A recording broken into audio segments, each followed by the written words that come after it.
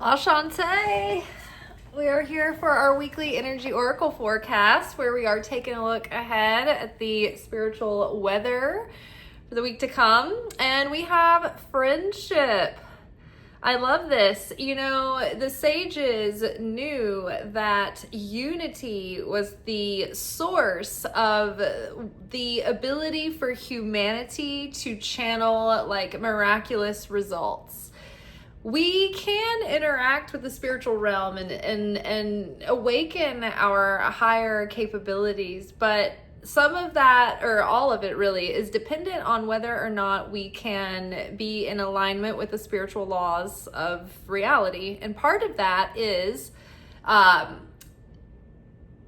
friendship, cooperation, unity, you know, bringing together, sharing, unconditional love. And that's the hardest thing for us to do because we tend to butt heads with people along the way. And so when we start sowing seeds of separation and division, it really cuts us off from our blessings because then we fail to have affinity with the Creator. It's like when, you know, things get fuzzy with our ego, just go back to what the vibrational temperature of the situation is, right? Vibration doesn't lie. It doesn't mince words. So if you're in the vibration of severing and division and separation, then you're going to be in separation from the light of the Creator. But when we are in unity, we can be truly successful and almost unstoppable. And that's why so many times we're like, how are these evil forces coming together and like, you know, like seemingly having these victories over the greater good of humanity? And it's because they're so unified, because they have no argument. No one's trying to go off and do their own plan. They're not splitting hairs. They're just following orders. They're just going along with the plan, right? And so they have unity together. And so we can learn, you know, from anyone by really taking a step back and observing them. What are the mechanics of the situation happening?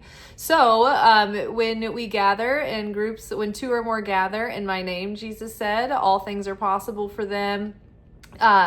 When the Hebrew sages would gather like minions, they would gather 10 people. And so it's like when we are in groups, also the angels, like they're not judging us based on our own merit alone, but we're sort of protected within the umbrella of the group. So finding cooperation, leaning into the goodness of friendships this week will like raise your vibration, but also it might have to do with creative cooperation and collaboration, and maybe joining, you know, in on a group or like starting a class or something like that like gets you into a situation with other like-minded people sharing a goal.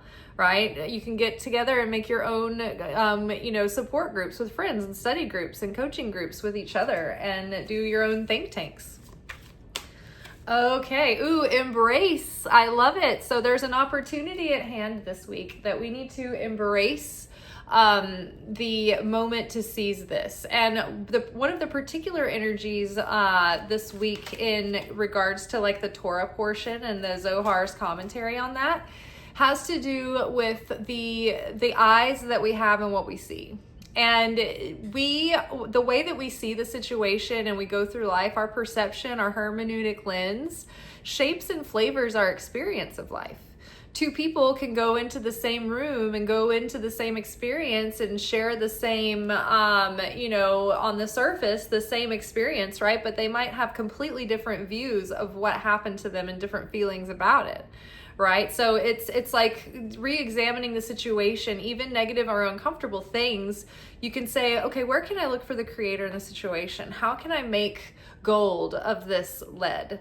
You know, how can I even take this feedback and do something positive for myself, even with the negative things, even with the challenges, even when the adversary brings you into, a booby trap? You can foil that thing and hoist them by their own petard. Death. This is the like in-between period. So we're in this period between now and eclipse season. We just had our full moon in Aquarius, which invited us into some really like lightning bolt, maybe even sudden and fresh sort of idea for reinvention. And we've already been going through a process of shedding and letting go. But I think in order to do this reinvention, we're going to have to really like let go of limiting beliefs and attitudes and anything that's negative, that's building up like negative soot and klipot, which are negative shells that are shrouding our light. We don't want to be working against ourselves right now, because there's an opportunity to catch a wave of opportunity and abundance and expansion, but we really don't want those little foxes to spoil the vine, right? We don't want those little self-defeating tendencies or those little fears or that little ego to get in through the cracks and ruin what is coming. So this is a positive death.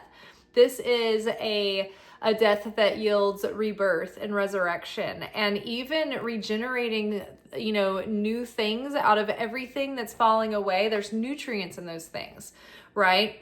You may, like for instance, I've had a million little ventures throughout my life that have never really amounted to much, but they've all taught me valuable skills, and they've sharpened my skills, and they've built this endurance and this muscle memory in me to be able to have long, like a long vision and persistence and perseverance and stamina and patience, right? To continue on, to see something through, right? I'm not always good at, or previously in my past, I wasn't always good at following through, but I've learned to develop those skills. But I've also learned the decisiveness to see that I don't have to keep forcing something that is not going anywhere anymore, that has no more life to it. So we can cut ourselves free from, the soul contracts that we've completed. We don't need to go through these same patterns again and again if we can truly receive the lesson and embody it. Okay, we've got Saturn retrograde in Aries conjunct Neptune for the next 6 months, and I think that is actually a very supportive energy. And so with this this space coming between now and the next new moon starts eclipse season, eclipses will either bring things to an end or accelerate them. So we're hoping that this eclipse season can expand something. So if you've been sort of giving birth to something recently, new ideas, new things, it would be good in between this period to go ahead and initiate those intentions in some tangible way, so that they can either be in the slingshot and be ready to be to accelerate through eclipse season, and then already be shedding the things that you don't want to hold on to that are going to weigh you down, right? Think of it as a rocket launch. You have those thrusters that in order to get through that last part of the atmosphere, they have to let those go. Right? So think about what that means and be ready to expand.